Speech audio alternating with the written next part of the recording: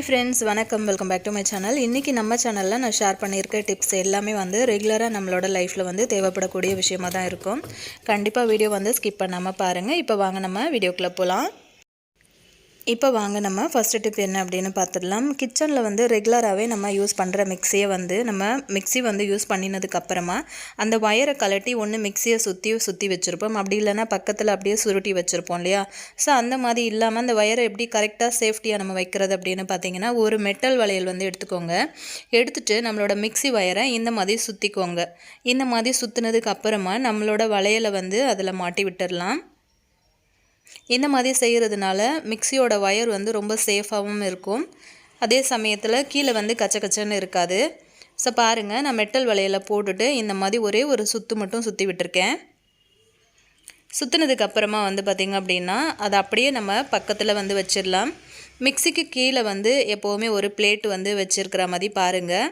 ஏன்னா நம்ம மிக்சியை அப்பப்போ நம்ம பக்கத்தில் இழுத்து வச்சு அந்த மாதிரிலாம் நம்ம யூஸ் பண்ணுவோம் இல்லையா. அந்த மாதிரி டைமில் கீழே இருக்கிற புஷ்ஷு சீக்கிரத்தில் போயிடும். ஸோ அதுக்காக அப்படி இல்லை அப்படின்னா அந்த வளையலை நீட்டாக்கிட்டு பின்னாடி அந்த மிக்சிக்கு பின்னாடி பாருங்கள், சின்னதாக ஒரு ஹோல் கொடுத்துருப்பாங்க இல்லையா. அந்த ஹோலில் நீங்கள் எடுத்துருக்கிற அந்த வளையலோட அந்த முனையை உள்ளே விட்டுட்டு அந்த கொக்கி மாதிரி பண்ணி விட்டுருங்க. ஸோ இந்த மாதிரி பண்ணிட்டீங்க அப்படின்னா அந்த வயரு வேறு எங்கேயுமே போகாது. ஸோ மிக்சியோடைய ஜாயின் பண்ண மாதிரி அப்படியே இருக்கும்.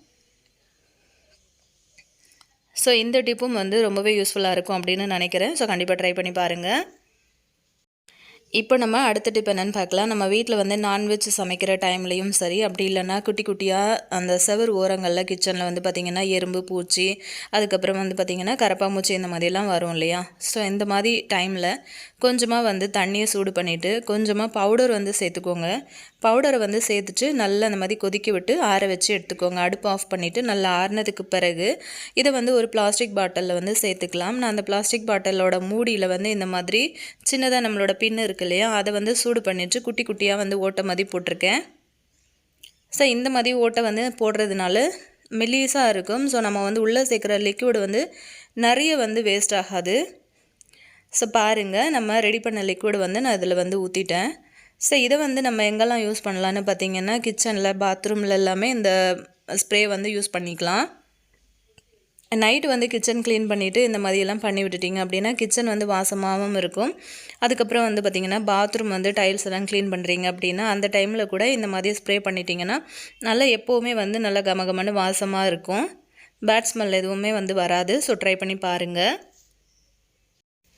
இப்போ நம்ம அடுத்த டிப் என்னென்னு பார்க்கலாம். இந்த மாதிரி ரின் பாட்டில் அப்படி இல்லைன்னா கம்ஃபர்ட் பாட்டில்லாம் இருக்கும் இல்லையா, அதோட மூடியை நம்ம எப்படி ரீயூஸ் பண்ணிக்கலான்னு பார்த்தீங்கன்னா, இந்த மூடியில் கொஞ்சமாக நான் அரிசி சேர்த்துருக்கேன். நீங்கள் அரிசி அப்படி இல்லைன்னா உப்பு எது வேணும்னாலும் சேர்த்துக்கோங்க. சேர்த்துட்டு இதில் நம்ம ஊதுபத்தி தான் பற்ற வைக்க போகிறோம். இந்த மாதிரி நீங்கள் சாமி படத்துக்கு ஊதுபத்தி ஸ்டாண்டு இல்லை அப்படின்னா நீங்கள் இந்த மாதிரி யூஸ் பண்ணிக்கலாம்.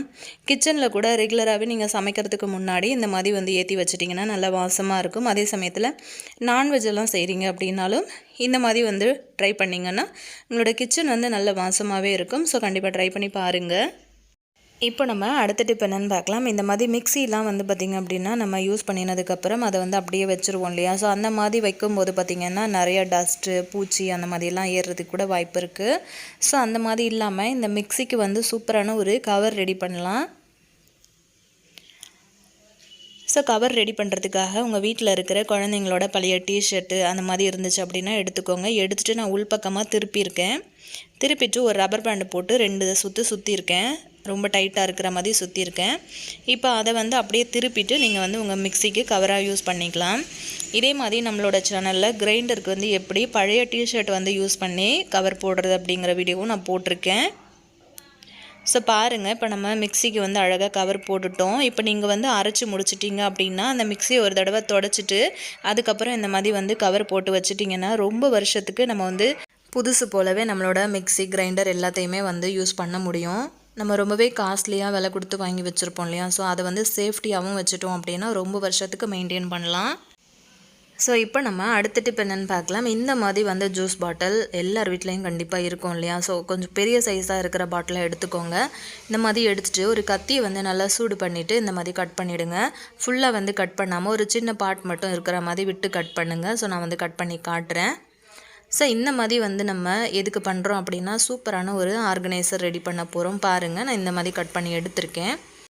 இப்போ இதுக்குள்ளே நம்ம கிச்சனில் ரொம்ப ரேராக யூஸ் பண்ணுற பொருட்களை வந்து உள்ளே போட்டுட்டு நம்ம இதை வந்து சேஃபாக வச்சுட்டோம் அப்படின்னா நம்ம நெக்ஸ்ட் டைம் வந்து எடுத்து யூஸ் பண்ணும்போது அது ரொம்ப சுத்தமாகவே இருக்கும். பருப்பு கடையிற மத்து, அதுக்கப்புறம் வுட்டில் ஆன இந்த கரண்டி எல்லாமே வந்து நான் இதுக்குள்ளே போட்டு வச்சுக்க போகிறேன்.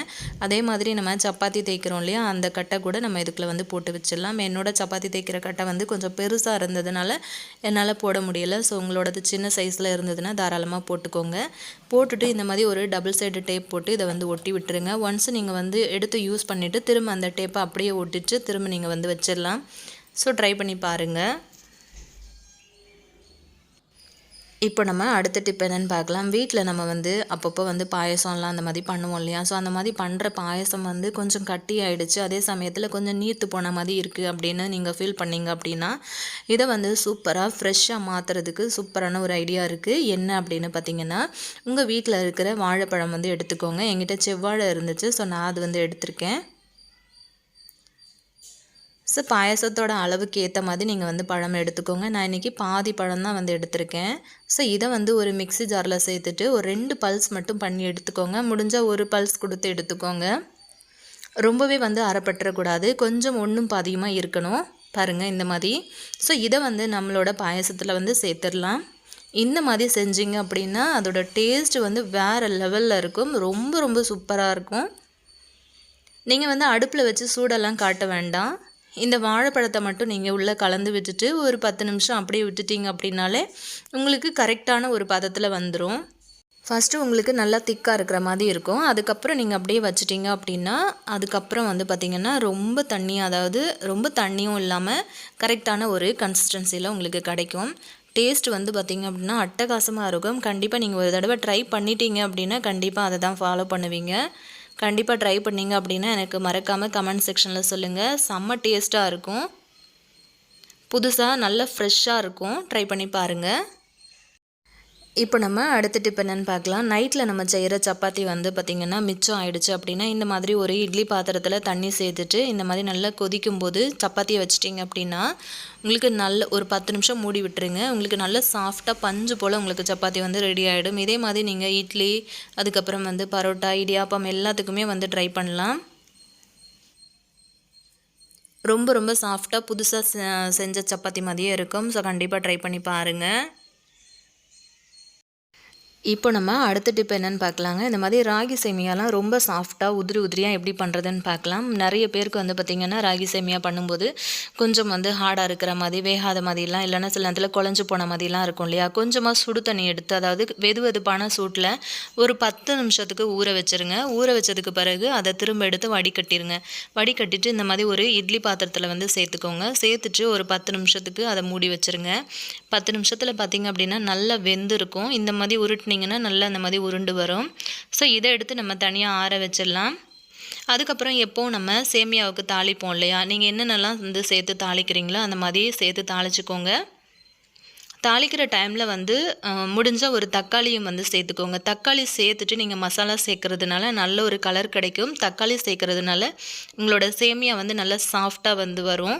ஸோ பாருங்கள், நல்லா உதிரியாக நல்லா வெந்து வந்திருக்கு. இப்போ இதுக்குள்ளே சேர்த்து நம்ம கலரிடலாம். தேவையான அளவுக்கு கொத்தமல்லி வந்து சேர்த்துட்டு சர்வ் பண்ணுங்கள். இதே மாதிரி இன்ட்ரெஸ்டிங்கான இன்னொரு வீடியோவோட நான் உங்களை திரும்பவும் சந்திக்கிறேன் ஃப்ரெண்ட்ஸ். தேங்க்யூ.